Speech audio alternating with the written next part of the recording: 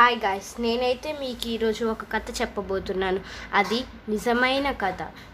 అది ఆ దుర్గా కథ. సో వినండి. అనగనగా ఒక ఊరు. ఆ ఊరి పేరు విజయవాడ.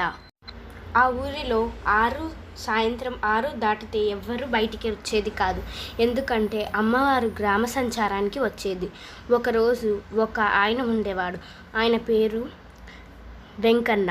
ఆయన తన కాయ కష్టం పైన బతికేవాడు.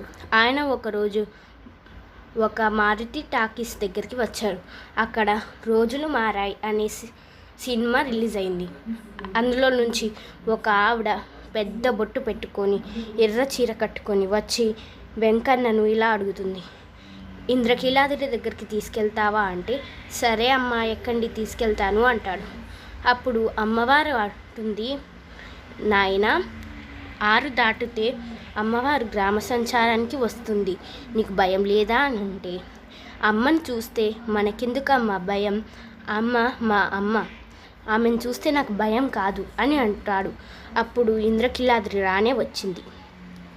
అప్పుడు రిక్షా వెంకన్న ఆమెని ఇలా అడుగుతాడు, అమ్మ, ఇంద్రకీలాద్రి అన్నాడు, ఎక్కడ దింపాలియో చెప్పలేదు అంటే, వెనకాల నుంచి ఏ శబ్దం రాదు. అప్పుడు వెనకాల తిరిగి చూస్తే ఆవిడ ఉండదు.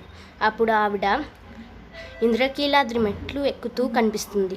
అప్పుడు ఆయన అడుగుతాడు, అమ్మ, మీరు నాకు డబ్బులు ఇవ్వలేదు అంటే, నేను నీ తలపాగంలో పెట్టాను, చూసుకో నాయన అంటాడు. అవునా, నాకు స్పర్శ తెలియలేదు అని చూస్తాడు. అవును, అక్కడ బంగారు గాజు అలాగే ఒక 10 రూపాయల నోటు ఉండేది.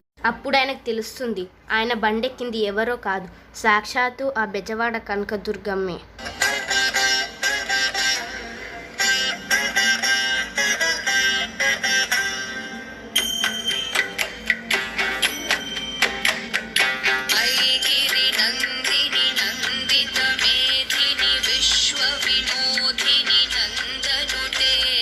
అప్పుడు రిక్షా వెంకన్న చూసి దండం పెట్టుకుందాం అనుకుంటే అమ్మవారు మాయమైపోతుంది.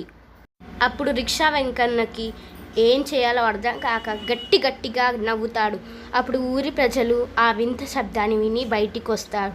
అప్పుడు అడిగితే ఆయన చెప్తాడు, ఇలా అమ్మవారు నాకు కనిపించింది, ఇదిగోండి, ఇవి కూడా నాకు ఇచ్చింది అంటే అందరూ చూసి అమ్మవారికి దండాలు పెడతారు. సో గాయ్స్, మన ఛానల్ని 1 మిలియన్ చేసేయండి. బాయ్.